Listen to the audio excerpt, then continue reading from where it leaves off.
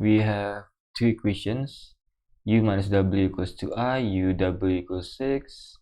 So let's just solve the way we solve usual simultaneous equations. So we substitute.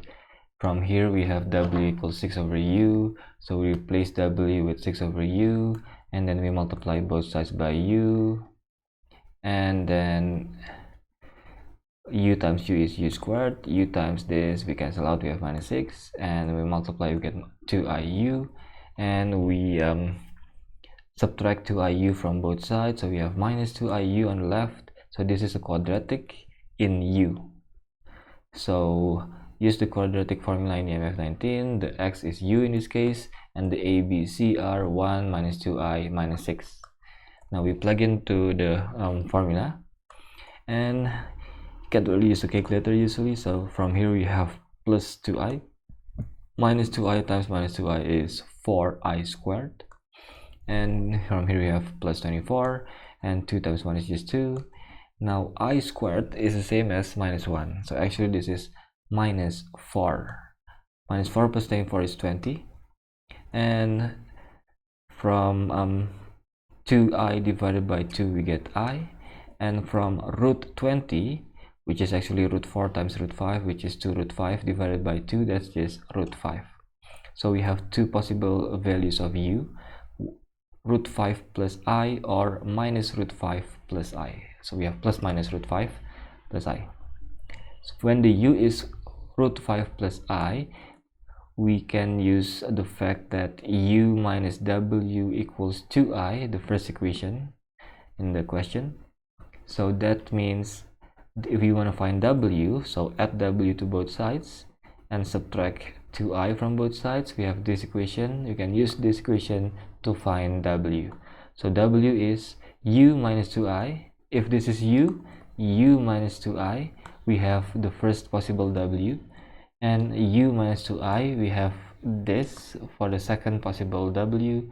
So we have two sets of solutions, so two pairs of solutions. When this is u, this is w, or when this is u, this is w.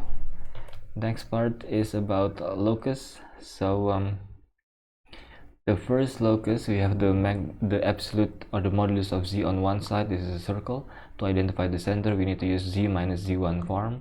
So notice that if we open up the brackets, we should get back to the original locus here. So now in this form, we can identify the center, which is 2, 2. The radius is from here, and smaller than means we shade inside. So this is the locus of the circle. And here we have a half line because of arc something.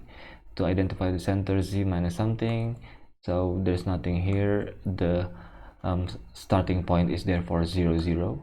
The angle is from 0 to pi over 4, so it's kind of like this. And this is actually x is less than 3 because real is just like x. So the real value means the x value.